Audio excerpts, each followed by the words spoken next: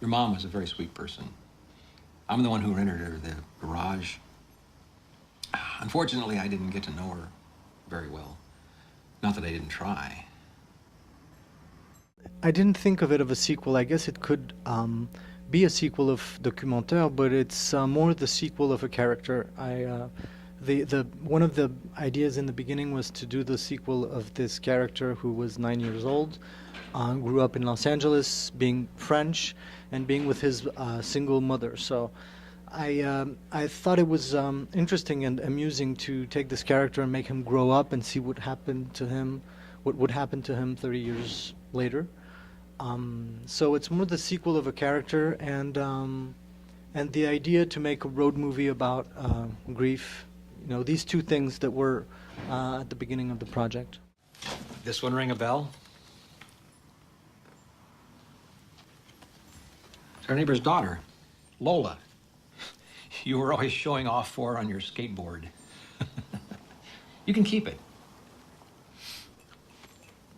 Yeah, I remember. And what happened to them? Now, they moved away a long time ago to El Monte, after downtown L.A. But Lola always kept in touch with your mother, as you know. So she would come by and spend some time with her. I didn't know that. She does die on page 2 of the script, so she had to be a little bit involved. She was surprised about that at first, but you know, she understood what it was about, and she also understood that I had to do it, you know, how do you say? I had to do it by myself, so yeah, so she didn't get that involved either, you know. She found the right place to be, I guess. Did you seek her advice? Yeah, of course, because you know she gave me some great advice for production, and yeah, it was you know, she was there without totally being there, so that was perfect. That's what you expect from a mother, right? Yeah. What about getting the footage itself? Was she? Yeah, go ahead, use whatever you want, do whatever you want. Yeah, sure. Because you know, as a kid, you don't really you're not gonna say no to your mother when she tells you you're going to act in my film, and you're 8 years old. So I think she understood that I had to how do you say, reappropriate those images. Yeah, that's a perfect word. So she understood it was. You sort of own it too, because you're the kid in the film.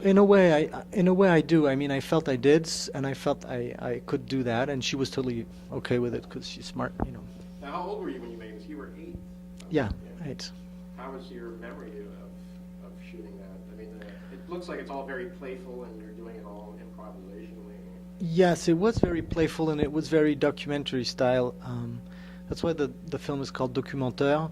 Menteur meaning liar in French, so it's a play of words between documentaire, documentary, and menteur, liar. So it's very close to the life that we were leading at that time, and this is why it's, you know, it has been done like this with a very small crew in 16 millimeter, and as you say, very playful, very everyday life of a mom and her little kid. So I don't have many memories, and actually the memories do mix up with the film by itself. So a little bit like the character, these images, you know, help me sort of. They help me to sort my memories, to you know, the loss of this parent that he has to experience. He has to do it his own way, and he has to go through this, you know. So he seems a little stubborn, and he has to go back there and there and there again to find what he thinks is the truth about one moment of his childhood. But I was really thinking that he does everything wrong, but in the end, it ends up being the right way for him.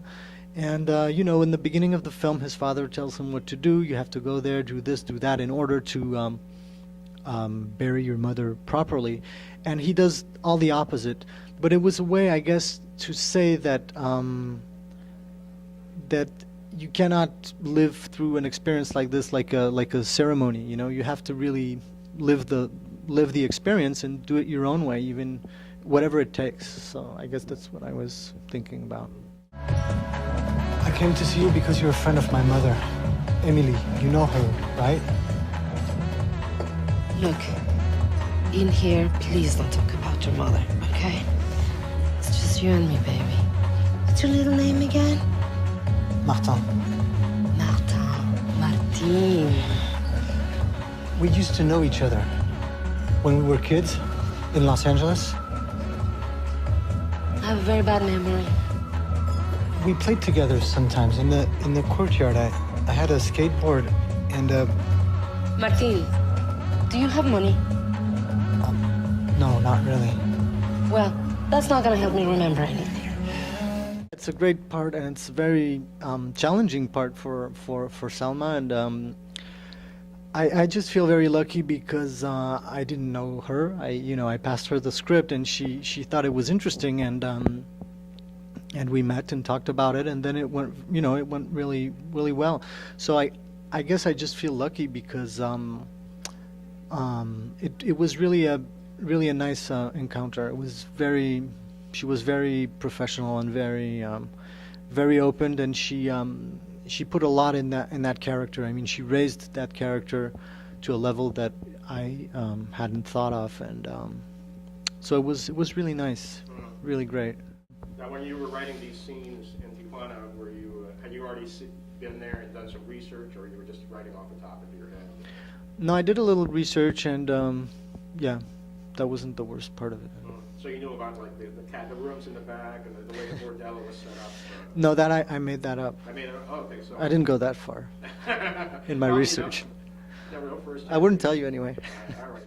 So I think the appropriate way to end this would be to ask if your mother has seen it and what she thinks of it. Well, yes, she has seen it, and what she thinks of it, well, she liked it, but I suspect her not to be very objective because she is my mother after all.